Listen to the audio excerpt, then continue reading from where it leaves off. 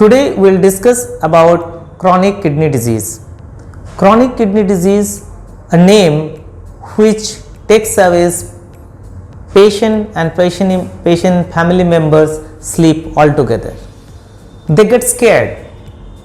However, if you treat properly, chronic kidney disease can be treated in such a way that patient lives many years with a very healthy lifestyle. Now, why chronic kidney disease happens? This chronic kidney disease generally happens because of diabetes, high blood pressure and chronic glomerulonephritis, chronic interstitial nephritis.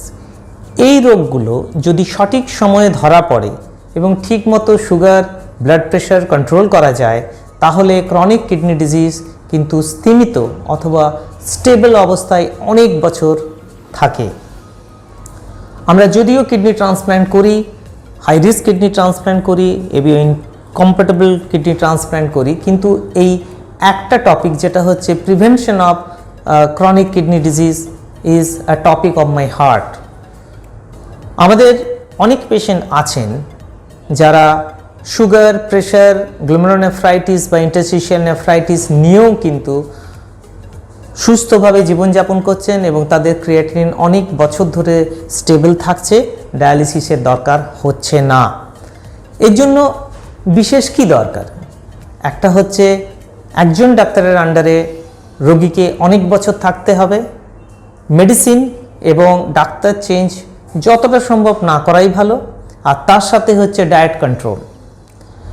বাড়ির লোককে প্রশিক্ষিত হতে হবে পেশেন্টকে কীভাবে ভালোভাবে সুস্থ রাখা যায় বাড়িতে। তা সত্ত্বেও যদি ক্রনিক কিডনি ডিজিজ এন্ড স্টেজে গিয়ে পৌঁছয় তাহলে কিন্তু ডায়ালিসিস এবং ট্রান্সপ্ল্যান্ট আছে। ডায়ালিসিস করলেই মানুষ মারা যাবেন এরকম একটা ভীতি মানুষের মধ্যে আছে, কিন্তু সেটা একদমই ঠিক না।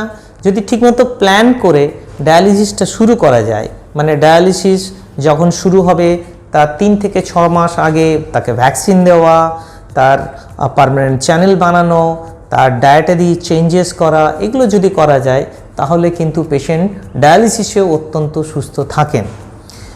আমাদের ইনস্টিটিউটে স্পেশাল হাই এন্ড ডায়ালিসিসের ব্যবস্থা আছে, হাই ফ্লাক্স ডায়ালাইজার এবং ভেরি ওয়েল ওয়াটার কোয়ালিটির ব্যবস্থা আছে, যাতে কিন্তু পেশেন্ট অত্যন্ত সুস্থ থাকতে পারেন অনেক বছর ধরে। এরপরে তো কিডনি ট্রান্সপ্ল্যান্ট আছেই এবং কিডনি ট্রান্সপ্ল্যান্ট করেও কিন্তু সুস্থ স্বাভাবিক জীবনযাপন করা যায়। সুতরাং ক্রনিক কিডনি ডিজিজের মূল লক্ষ্য সেটা আর্লি স্টেজে রোগটাকে ধরা, কন্টিনিউয়াস প্রপারলি ট্রিটমেন্ট করে যাওয়া এবং যদি দরকার হয় ডায়ালিসিস এবং ট্রান্সপ্ল্যান্ট করে নেওয়া ঠিক সময়ে, যাতে পেশেন্ট সুস্থভাবে অনেক বছর ভালো থাকেন এবং লাইফটাকে এনজয় করতে পারেন। এইটুকুই বলে আজকে শেষ করছি। নমস্কার।